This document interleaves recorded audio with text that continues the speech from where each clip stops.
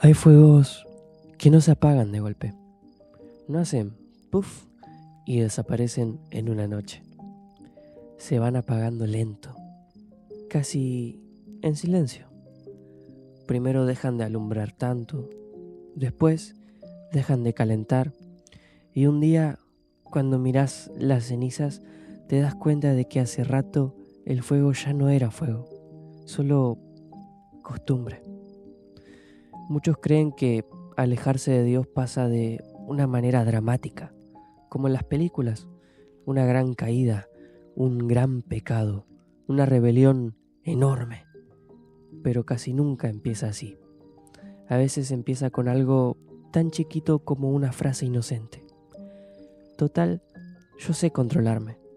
Total, no voy a hacer nada malo. Total, solo voy a divertirme. Y quizás sea verdad. Quizás la persona realmente no tenga malas intenciones. Quizá incluso ame a Dios de corazón. Pero hay algo que entendemos demasiado tarde. No todos los lugares alimentan el mismo fuego. Porque una cosa es estar firme y entrar a un ambiente oscuro para ayudar a otros. Y otra muy distinta es exponerte constantemente a lugares donde todo tira de vos en dirección contraria a lo que Dios está formando en tu vida. Es como intentar mantener una fogata encendida bajo lluvia fina. La lluvia no destruye la fogata enseguida. No hay un momento exacto donde todo colapsa. Simplemente el fuego empieza a luchar por sobrevivir. Y eso le pasa a muchísima gente espiritualmente. Empiezan a acostumbrarse a ambientes que antes les incomodaban, a conversaciones que antes les parecían vacías, a cosas que antes discernían rápidamente. Y como no pasó nada grave, creen que todo está bien. Pero el problema no siempre es el pecado visible. A veces el problema es el desgaste invisible. Porque hay lugares que lentamente te enfrían, te distraen, te adormecen el corazón.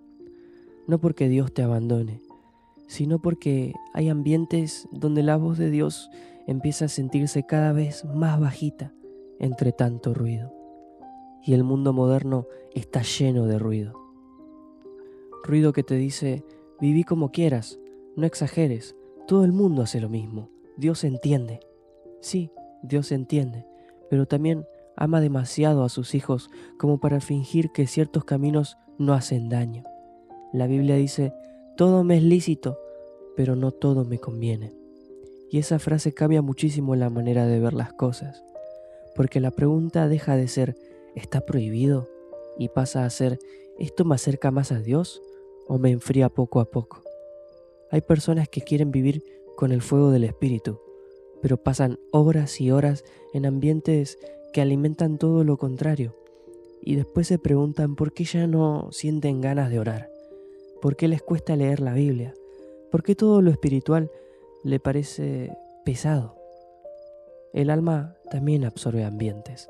Tu corazón escucha más de lo que crees. Tus ojos guardan más de lo que imaginas. Y aquello que repetidamente consumís termina moldeando algo dentro tuyo. Por eso Jesús nunca habló solamente de acciones. También habló del corazón. Porque alguien puede verse bien por fuera y aún así estar apagándose por dentro. Y esto no se trata de vivir encerrados. No se trata de actuar como si el mundo fuera intocable. Jesús comía con pecadores, hablaba con todo tipo de personas y caminaba entre la gente. Pero incluso Jesús buscaba constantemente momentos para apartarse y estar con el Padre. Porque sabía algo importante. Si pasás demasiado tiempo respirando humo, tarde o temprano te cuesta respirar aire limpio. Hay personas que dicen, yo voy a esos lugares para compartir de Dios. Y a veces puede ser verdad. Pero también hay que ser sinceros con uno mismo. Porque no todos están yendo a rescatar. Muchos están yendo porque extrañan algo de esa vida. Y Dios no quiere hijos viviendo entre dos mundos, con el corazón dividido.